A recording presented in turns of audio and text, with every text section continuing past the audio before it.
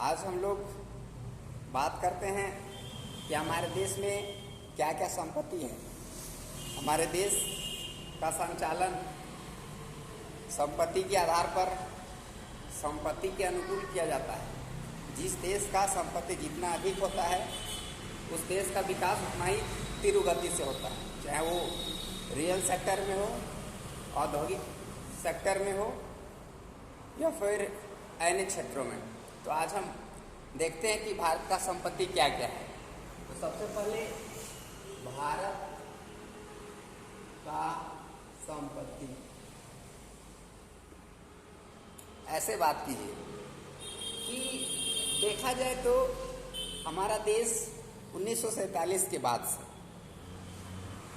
अब जब से अपने अधीन में हुआ है तब से भारत का विकास का स्तर जो है वो बढ़ता चला गया है।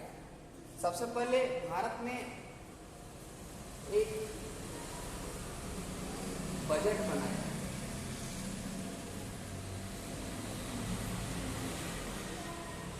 और उस बजट के अनुसार बहुत सारे कार्यक्रम, बहुत सारे विधि कार्यविधि तय किया गया।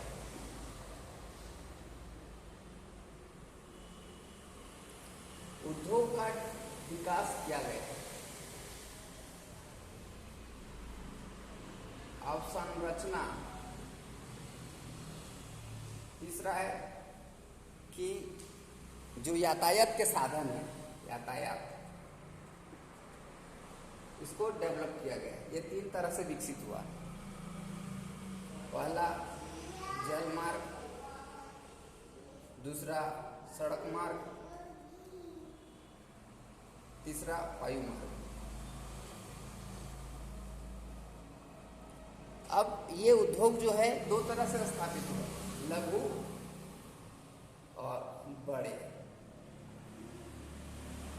जलमार्ग में पहले से ही, जब वायु मार्ग का साधन नहीं था, सड़क मार्ग का साधन नहीं था, तो जलमार्ग जो है बहुत पहले से प्राचीन समय से चला आ रहा है।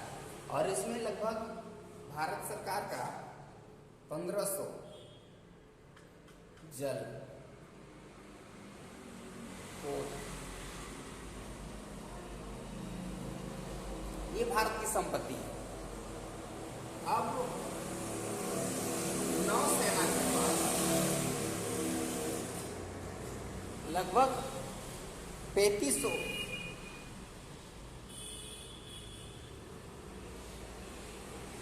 छोटे बड़े पानी जहाज, ये भारत की संपत्ति है।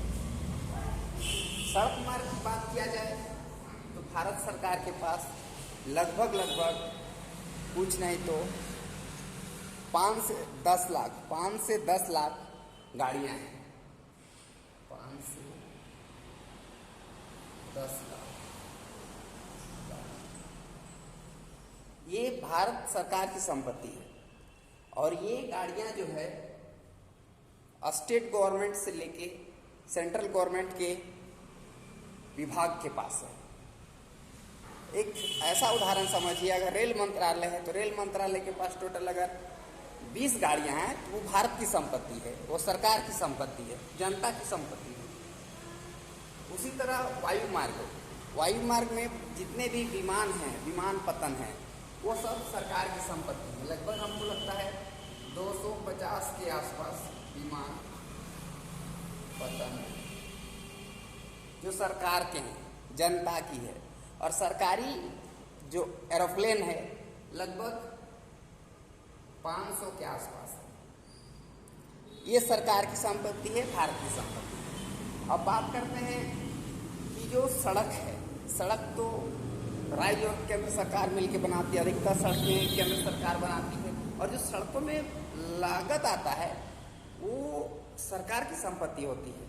और जितनी भी सड़क बिछी है पूरब से लेकर पश्चिम, उत्तर से लेकर दक्षिण, वो सब भारत की संपत्ति के अंतर्गत आती है।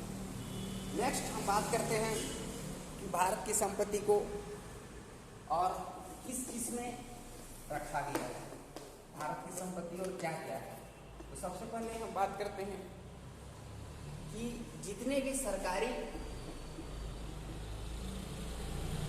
फैक्ट्रियां हैं ये सरकार की संपत्ति होती है, भारत की संपत्ति है। अब सरकारी फैक्ट्रियों में इस्पात फैक्ट्री है, कोयले के खदान है, इसके साथ साथ सीमेंट के फैक्ट्रियां हैं और बहुत सारे ऐसे फैक्ट्रियां हैं जो सरकार के अधीन संचालित हैं। हम आगे बात करते हैं कि सरकार के पास और क्या क्या संपत्ति है। तो आप सरकारी कार्यालय देख रहे हैं, सरकारी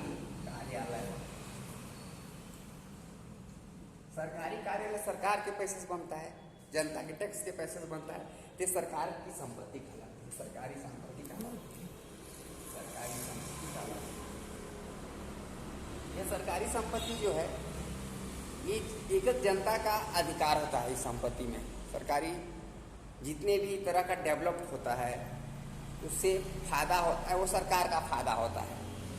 जितने सरकारी बैंक हैं, आरबीआई हो गया, एसबीआई हो गया और बैंक ऑफ इंडिया हो गया, ये सरकार की संपत्ति है। जितना मुनाफा कमाएंगे ये सरकार के खाते में चला जाएगा। और सरकारी कार्यालय में जितने तरह के फर्नीचर हैं, कुर्सी हैं, टेबल हैं और गद्दे हैं, सरकार अपने अंतर्गत बड़े बड़े होटल भी चलाती है, सरकार रेल सेवा भी उपलब्ध कराती है, वो सरकार की, उसमें सरकार का पूर्ण स्वामित्व होता है। इसलिए पार्टियां लड़ती है कि हमारी सरकार रहेगी तो हम अधिक से अधिक सुविधा कर पाएंगे, अधिक से अधिक हम संसाधनों का विकास कर पाएंगे। जिसके पास अच्छा विजन होता है वो पार्टी सरकार बना लेती है और पूरी सरकार की संपत्ति का स्वामित्व हो जाती है और उसके अनुसार अपने अनुसार वो खर्च करती है। अभी आप लोग सुने होंगे कि 900 करोड़ का संसद भवन बना है, संसद भवन। ये संसद भवन सरकारी संपत्ति के अंतर्गत आती है। और आप जितने भी अभी हाल फिलहाल में झारखंड हाईकोर्ट का उद्घाटन किया गया, ये झारखंड हाईकोर्ट जो है 600 करोड़ की संपत्ति से बनी है, से 600 करोड़, ये सरकारी संपत्ति है। आप देख रहे हैं सरकार के अंतर्गत जितने भी पेड़ हैं जो वन विभाग के अंतर्गत, वो सरकारी संपत्ति के अंतर्गत आती है और ये सारे हमारे देश की संपत्ति में आती है। अब समुद्री मार्ग में जो बात करते हैं, 200 मील तक जो एरिया आता है वो सरकारी संपत्ति होती है। अब आकाश की बात करते हैं तो आकाश में जितने भी तरह से उपग्रह छोड़े गए हैं वो सरकार की संपत्ति होती है, प्राइवेट को छोड़कर। उसका रख रखाव सरकार के द्वारा किया जाता है, उसका रख रखाव जनता के टैक्स के पैसों से किया जाता है। आगे है कि जो सरकार का इन्वेस्टमेंट है, विदेश में इन्वेस्ट कर रही है, वो सरकारी संपत्ति है।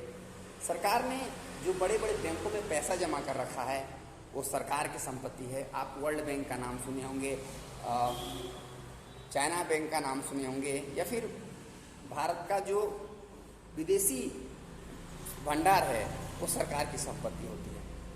और ये संपत्ति का उपयोग सरकार अपने अनुसार करती है। जब सरकार चाहती है कि हमारा अर्थव्यवस्था अच्छे से हो, अच्छे डेवलप हो, जिस देश के पास जितनी संपत्ति होती है उतना विकास वो करता है। अमेरिका के पास सबसे ज़्यादा संपत्ति है तो देखिएगा उसका प्रभुत्व पूरे विश्व में, क्योंकि उसके पास बहुत सारा पैसा है।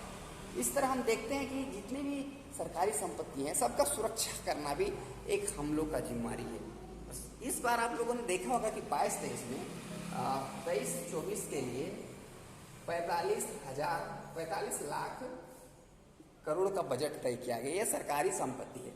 हम नेक्स्ट क्लास में बात करेंगे इन संपत्तियों का रख रखाव कौन करता है, इसका कितने सालों से ये विकसित हो रहा है और आगे आने वाला समय में ये संपत्ति और कितना बढ़ सकती है, इसमें जनता का क्या रोल है, क्या इन संपत्तियों में क्या निजी का भी हाथ रहता है, क्या निजी भी इसमें भागीदारी निभाते हैं। हम नेक्स्ट क्लास में इसकी बात करते हैं, चर्चा करते हैं।